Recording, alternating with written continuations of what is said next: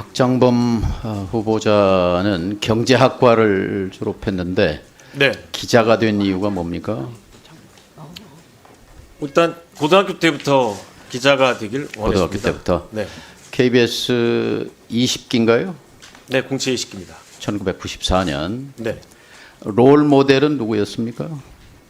특별한 롤 모델은 없었어요. 고등학교 때부터 기자가 되려고 했으면 뭐 생각한 사람이 없어요? 네, 특별한 롤 모델은 없었습니다. 그러면 박장범 후보자는 후배 기자들에게 롤 모델이 될 수 있습니까? 그건 뭐 제가 자신 있게 말할 수는 없습니다. 94년에 입사인데 91년에 입사한 KBS 보도본부 18기, 19기, 20기 선배죠. 18, 19기는 선배, 20기는 네. 동기, 그리고 50기까지 거의 30년 후배까지 한 기도 빼놓지 않고 전부 박장범은 안 된다 이렇게 릴레이 성명을 냈어요. 이게 뼈 아프지 않습니까? 네, 그분들 성명을 다 읽었습니다. 뼈 아프지 않습니까? 아무튼 잘 새겨들을 말이 많다고 생각합니다. 성명의 그 공통분 핵심은 뉴스도 망치고 KBS도 망칠 사람이다 이렇게 규정하는데 인정하지 않으시겠죠? 동의하지 않습니다. 29기 후배들 성명을 한번 제가 들려드리겠습니다. 보도본부 구성원들이 먼저 반대의 목소리를 내게 된 것은 그를 이미 알고 있기 때문이다. 리포트 제작자와 뉴스 앵커 관계 속에서 뉴스를 만들어 오면서 그가 어떻게 KBS 뉴스를 훼손해왔는지 겪어봤기 때문입니다. KBS 뉴스 진행자로서도 결격인 그가 KBS를 이끄는 리더가 되는 것은 부적절합니다. KBS를 망가뜨리는 데 일조한 그가 이제 공영방송 KBS를 더 큰 수렁에 빠뜨릴 수 있을 것이라는 위기감의 발로입니다. KBS 사장은 KBS 얼굴입니까? KBS를 대표하는 얼굴 중에 하나죠. 얼굴이지요. 보도본부 32기 33명의 취재기자와 촬영기자들은 이렇게 성명합니다. 박근혜 정권 때 사회부장이었던 후보자는 최순실 사건과 관련해 관련 기사들을 애써 외면하고 박근혜 최순실 게이트를 비호하고 은폐하는 데 앞장섰다. 인정하십니까? 인정하지 않습니다. 그랬던 박장범이 KBS 사장이라니 가당키나 한 일인가?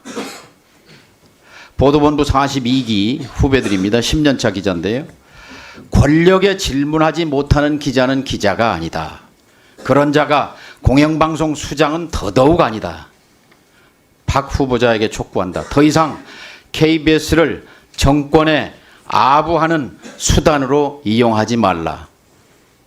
후배들의 이 뼈아픈 질문에 대해 반성하지 않습니까? 네, 저 자신을 한번 되돌아보고요. 지적에 대해서는 겸허히 수용하겠다는 생각을 가지고 있습니다. 반성합니까? 제가 어떤 잘못을 했는지 되돌아보는 계기를 삼겠습니다. 반성은 안 합니까? 특별히 뭐 성명서에 대해서 반성할 생각은 없습니다. 성명서가 아니고 그 지적에 대해서. 뭐 특별히 반성할 내용은 없다고 생각합니다. 만일 대통령을 인터뷰하는 기자가 이렇게 질문한다면 대통령이 야당과 소통하지 않는다. 그래서 야당은 대통령을 독재자라고 부른다. 어떻게 생각하십니까? 이런 질문을 한다면 이것은 기자의 질문으로서 적절한 것입니까? 아닙니까? 제가 이제 할 수 있습니까? 후배 기자가 한 프로그램에 대해서 평가하긴 뭐하지만요. 아니 저라면 그렇게 문재인 기자가 전 질문한다면 대통령을 기자가 할 향해서 수 있는 질문인가요? 아닌가요? 저라면 문재인 전 대통령 향해서 독재자란 표현을 쓰지 않습니다. 문재인 정부 시절에 문 대통령과 신년 인터뷰한 같은 KBS 보도본부 출신 송현정 기자의 인터뷰 질문입니다. 대통령이 많이 불편했을 것입니다만 권력에 질문하지 않는 자는 기자가 아니다라는 후배들 성명에 부합하는 질문입니다. 후보자는 윤 대통령에 대해서 조만한 파우치에 대해서 질문했습니다. 대통령에 대해 불편한 질문입니까? 대통령의 심기를 생각한 질문입니까? 그 주제 자체가 대단히 불편한 질문이었을 거라고 생각합니다. 후보자는 혹시 타임지 편집장이 쓴 아부의 기술이라는 책을 본 적이 있습니까? 없습니다. 아부는 인간의 본능이고 아부는 기술이다. 아부는 특별한 목적을 추구하는 기술이다. 파우치는 아부라고 생각하는 국민이 많은데 인정하십니까? 파우치는 사실, 팩트입니다. 상품명입니다. 조만한 파우치는 즉석에서 생각한 겁니까? 오래 생각해서 고민한 질문입니까? 조그만한 파우치라고 한 적은 없고요. 파우치라고 한 다음에 영어를 풀어서 조그만한 가방이라고 했습니다. 사전에 나오는 표현입니다. 가방, 조만한 가방 파우치, 매치나 되치나 마찬가지입니다.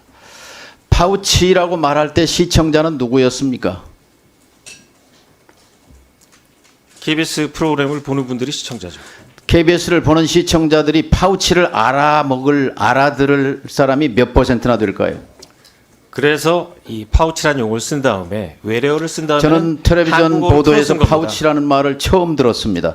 그 시청자는 윤 대통령과 그 부인이었을 것입니다. 디올백을 디올백이라고 부르지 못하고 조만한 파우치라고 부른 후보자의 심정은 아버지를 아버지라고 부르지 못한 홍길동의 심정 같은 것 아니었습니까? 위원님, 저는 백이라는 표현도 수차례 사용했습니다. 기자 지망생들에게 필독서가 있어요. 저널리즘의 기본 원리라고 하는 빌 코바치의 책입니다. 혹시 본 적 있습니까? 없습니다. 이 저널리즘의 기본 원리 핵심 원칙 10가지를 서술하는데 그중에 1번, 2번이 뭐냐면 독자와 시청자를 속이지 말라. 절대로 조작하지 말라. 이 두 가지입니다. 디올백을 조만한 파우치라고 돌려 말한 것은 명백히 시청자를 속인 것입니다. 조작한 것입니다. 인정하십니까? 기자한테 제일 중요한 것은 팩트 파인딩이고요. 그 공식 명칭은 디올 파우치입니다. 사실과 다른 박장동 부분이 있다면 후보자는 사과를 언론인 하겠습니다. 맞습니까? 저널리스트 맞습니까? 네, 맞습니다. 저널리즘의 어원을 아십니까? 대선배님께서 말씀해 주시면 경청하겠습니다.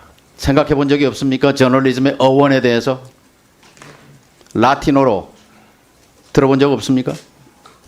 저널리스트로 30년을 살아왔는데 저널리즘의 기원을 모른다는 건 이해가 안 됩니다. 모릅니까? 말씀해 주시면 경청하겠습니다. 그러니까 모르냐고요. 모르면 알려드릴게요. 네, 알려주십시오. 디우르나, D-I-U-R-N-A, 라틴어입니다. 매일매일 기록한다는 말이에요. 어원입니다. 저널리즘. 네, 네. 알고 싶은 욕망, 대중들의 욕망을 거기에 정보를 제공하기 위해서 가장 중요한 것이 정확성입니다. 정확한 단어입니다. 정확한 개념입니다. 조만한 파우치는 정확한 말이 아닙니다. BBC 가보셨습니까? 네.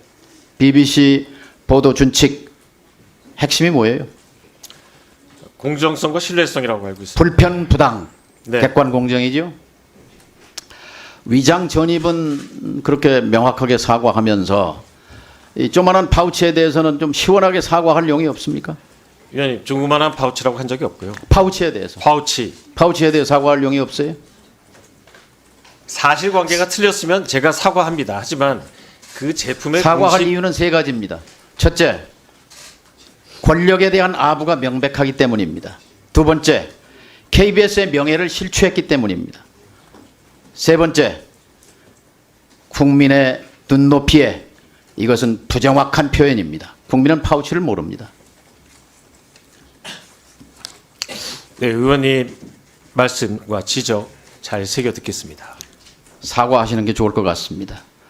권력의 눈치를 보는 언론, 저널리즘, 권력에 봉사하는 저널리즘, 언론은 저널리즘이 아니고 언론이 아닙니다. 민주 공동체를 파괴하는 일입니다. 저널리즘이, 언론이 충성해야 할 대상은 시민입니다. 동의하십니까? 네, 맞습니다.